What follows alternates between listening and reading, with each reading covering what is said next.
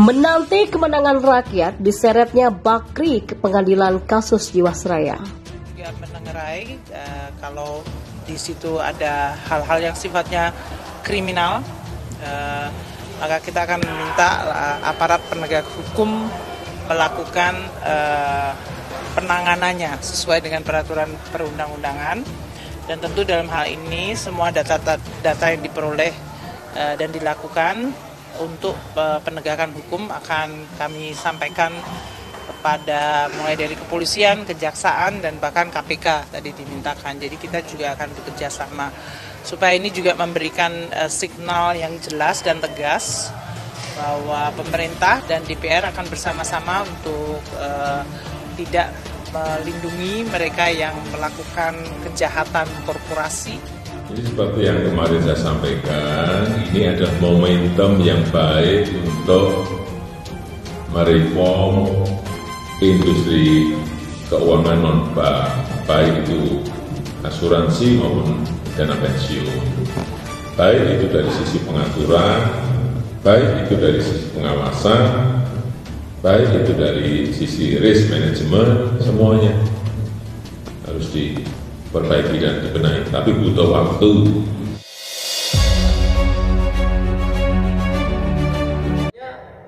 Kami sangat menyayangkan ya ketua tim restrukturisasi ini. Kenapa? Membatalkan perjanjian polis secara sepihak. Yang mana kalau lihat dari rujukan KUHP Perdata pasal 1266, itu kan pembatalan polis perjanjian secara sepihak itu harus diajukan dulu lewat putusan hakim pengadilan. Tetapi yang dilakukan manajemen Jiwasraya sekaligus sebagai tim ketua restrukturisasi polis Jiwasraya ini tidak melalui proses itu. Dampaknya apa? Dampaknya seperti sekarang ini. Income perseroan drop, turun, hilang. Karena yang nyetor premi ini kan nggak ada. Nggak ada, orang mana mau. Itu dampaknya pendapatan perusahaan hilang. Yang kedua bagi konsumen, itu dampaknya karena polisnya non aktif, itu menimbulkan dampak serius. Ketika terjadi meninggal itu nggak dibayar sebesar uang pertanggungan, hanya dibayar nilai tunai. Setelah itu mereka mendorong seluruh aparat pemasarannya yang disebut agen restru untuk menawari polis baru. Itu awal Januari 2021 ya. Nah, kondisi inilah yang disebut praktek churning. Mereka nawari polis baru dengan polis existing untuk dibelikan polis baru yang tentunya kalau saya lihat produk yang ditawarkan ini tidak sesuai dengan industri yang ada. Artinya produk itu adalah tidak pada umumnya dan cenderung masalah juga lah nanti masalah ujungnya. Menyesatkan juga. Kita pertanyakan juga siapa yang memberi izin produk ini.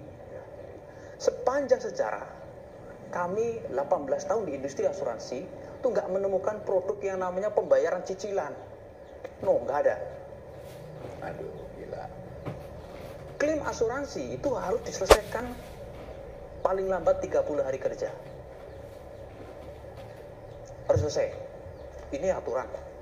Tapi pertanyaannya, dengan adanya pembayaran cicilan, dengan adanya potongan, ini aturan dari mana? Aturan dari mana? Saya tanya, aturan dari mana? Mana? Kalau memang ada aturannya, ayo kita debat di publik. Seperti itu kira-kira. Pak Menteri pun oke, kita debat di publik, mari. Diskusi di publik. Tapi tolong, saya juga harus dijaga keselamatannya. Karena ini ancaman juga buat saya. Saya akan bongkar ini. Kira-kira seperti itu. Dan korban teman-teman saya itu ada 10.000 pekerja agen menganggur karena dampak daripada implementasi program restrukturisasi yang membunuh Jiwasraya, membunuh pekerja, membunuh konsumen. Pertanyaannya kepada negara, bagaimana security sosial terhadap industri asuransi yang mereka sudah gelontorkan 20 triliun sebagai penguatan permodalan di industri asuransi sekaligus sebagai mengembalikan kepercayaan masyarakat terhadap industri asuransi. Itu tidak dari terjadi. BUMN dan berarti ya. Betul, itu tidak terjadi. Ya percuma lah 20 triliun itu Percuma. targetnya nggak kena kan. Nggak berdampak kepada masyarakat. Harusnya kan membantu memulihkan ekonomi nasional. Betul. Nah, di sini kalau kita runut dengan kerugian yang ada, saya hanya mengutip dari OJK ya. Dari BPK. Kerugian BPK kan menghitungkan PKN itu 16,8 triliun. Kalau diobati 20 triliun, ya harusnya selesai dong. Iya, mesti selesai. Ya kan? Bahkan itu kan lebih. Kasih aja pas 16 triliun. Itu Beres semua. beres sebenarnya. Pertanyaannya, kok jadi 20 triliun? Bagaimana tanggung jawabnya ini terkait dengan uang negara? Kenapa dikasihkan ke perusahaan yang mati suri? Mohon maaf. BPUI perusahaan pembiayaan, bukan korporasi asuransi. Di Perpres nomor 102 tahun 2020, PMN ini diberikan kepada BPUI, Badan Pembina Usaha Indonesia.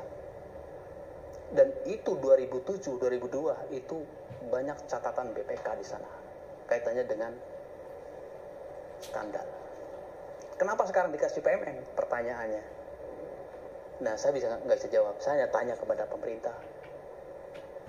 Kenapa kajiannya itu pemberian PMN kok dibelokkan ke BPUI yang bukan core bisnis industri asuransi?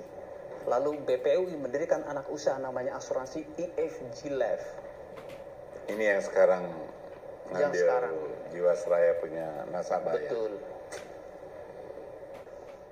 Jadi tetap pemerintah harus bertanggung jawab, batalkan itu, diskon 40%-nya itu dibatalkan. Jadi pemerintah harus bertanggung jawab karena ini perusahaan negara.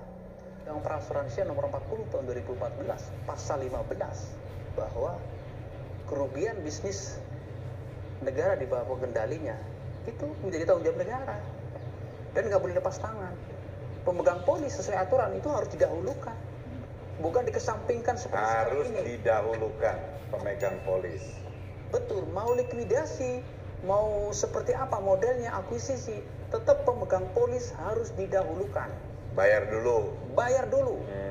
Bukan seperti sekarang ini didiskon 40%. Pertanyaannya, Dicicil tanpa bunga. dicicil tanpa bunga. Pertanyaannya, dasar 40% ini apa? Dasar hukumnya apa?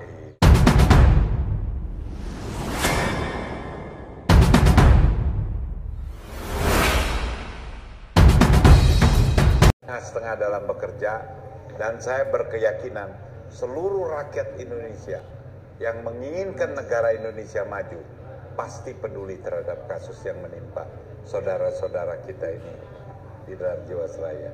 Terima kasih, salam merah putih, dan kita jaga NKRI ini bukan hanya slogan, real, orang yang punya kemampuan tahu caranya bicara apa adanya. Kita dorong Presiden dan para menteri bekerjalah untuk rakyat. Jangan hanya memikirkan kepentingan pribadi atau partainya.